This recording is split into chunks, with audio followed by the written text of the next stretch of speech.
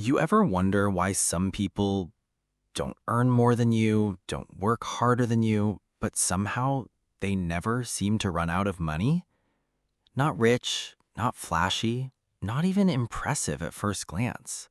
Just stable, always okay, always covered.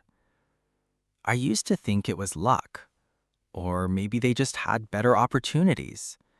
Until I found out something my grandpa used to do with money.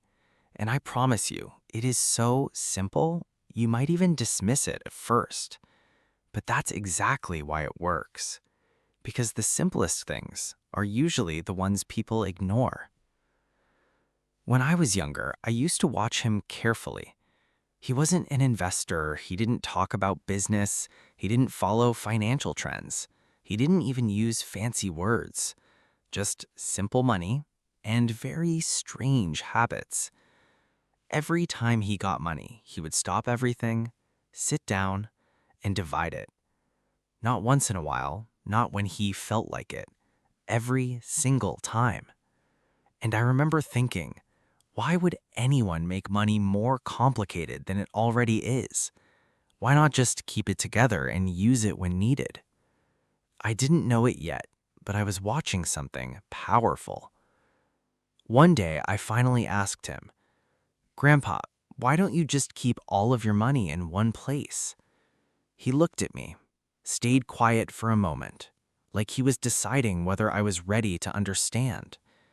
Then he said something I never forgot. He said, money that stays together disappears together. I didn't understand it then, but he didn't explain it immediately. Instead, he took out the money he had at the time and started splitting it right in front of me. Slowly, calmly, like it was already decided. No stress, no hesitation, no emotion, just structure. And I remember thinking, this is too simple to matter. But I was wrong, because this wasn't about money at all. It was about control. He showed me his method. Every time money came in, he divided it into three parts. The first part was half of everything, 50%, and he called this his untouchable money. Not for spending, not for emergencies, not for helping others, not even for just this one time. It was money that simply stayed away. Then he took 30%, and he called this his growth money. This one was different. It was not meant to sit still. It was meant to move, slowly, carefully, into things that could grow over time.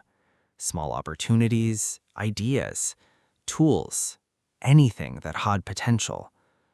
Then the last 20%, that was his life money.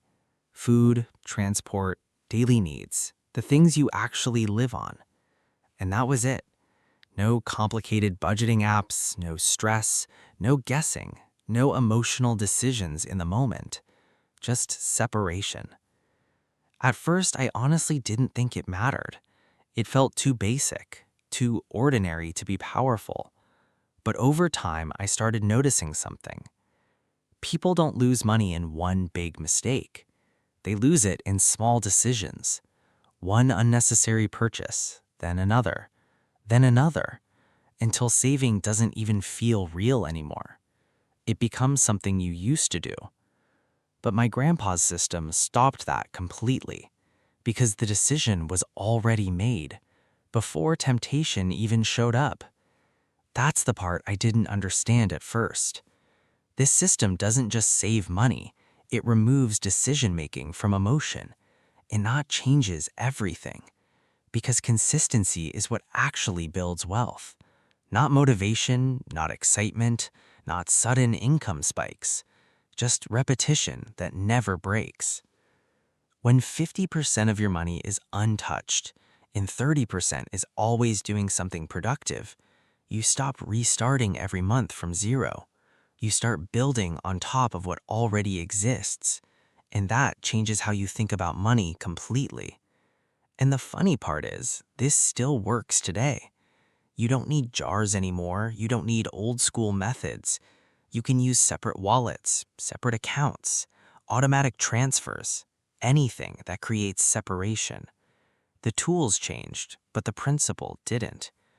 Money must be divided before it is spent, not after. My grandpa never talked about becoming rich. He never chased wealth the way people do today. But looking back, he wasn't trying to get rich fast. He was trying to make sure money never quietly disappeared. And that's what most people never realize. It's not that they don't earn enough. It's that they never organize what they already earn. And once money has no structure, it always finds a way out. So maybe the secret wasn't complicated at all. Maybe it was just this. If you can't control your money when it arrives, you won't control your life when it leaves.